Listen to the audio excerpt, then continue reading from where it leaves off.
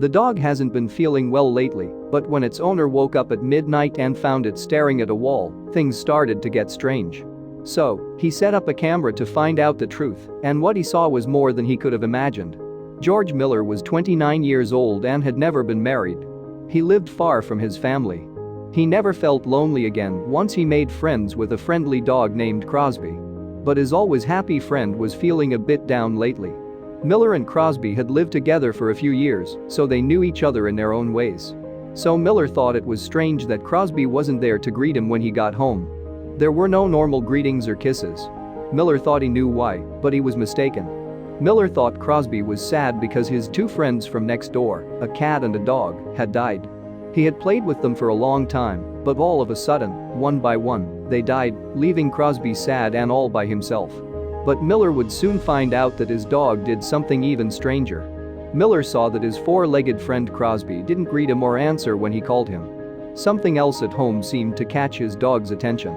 Miller walked up to Crosby and got down on his level so he could see what was so interesting to Crosby.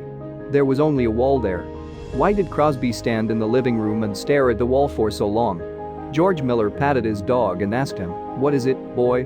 And the owner found that the petting was the only way to divert him from the wall. Were there some bugs or something George couldn't see on the wall? As Crosby's owner had hoped, he stopped being interested in the wall and went back to chasing bugs and playing with George like he always did. The man and his pet seemed to have forgotten about the wall incident, but George would soon remember it again and again. When George woke up at midnight, he was very thirsty. As he went through the living room to get to the kitchen, he saw that Crosby was also awake and looking sad at the wall.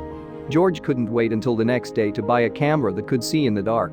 He installed the camera in the living room and left it on for 2 days in the hope that it would help him get to the bottom of the mystery. After the dog's owner saw the video, he decided that the gadget wasn't worth anything. When George wasn't around, Crosby never looked at the wall. Was it a unique way for Crosby to get the attention of George? What did he want his human friend to see? George saw that Crosby got better over time after he lost his friends. He often heard him barking happily in the living room, as if there was something interesting there. George decided to move closer to the wall so he could see for himself what was making Crosby bark. He lay on the ground near the wall, and Crosby began barking excitedly. It was like a dog and a man were playing hot or cold. George didn't know he was just inches away from the truth. He carefully checked the wall when he heard a strange sound coming from inside the wall. George's heart almost stopped. He also noticed that the wood paneling had come loose, and when he took it off, he saw a hole in the wall. George made up his mind to find out what was behind the wall. He put his hand through the hole in the wall and felt something inside.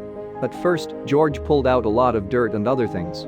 So, he reached his arm a little further into the hole and felt something small and soft. He had thought it was the insulation, but then he heard a tiny whine. It was a creature. He gently pulled the poor animal out of the wall.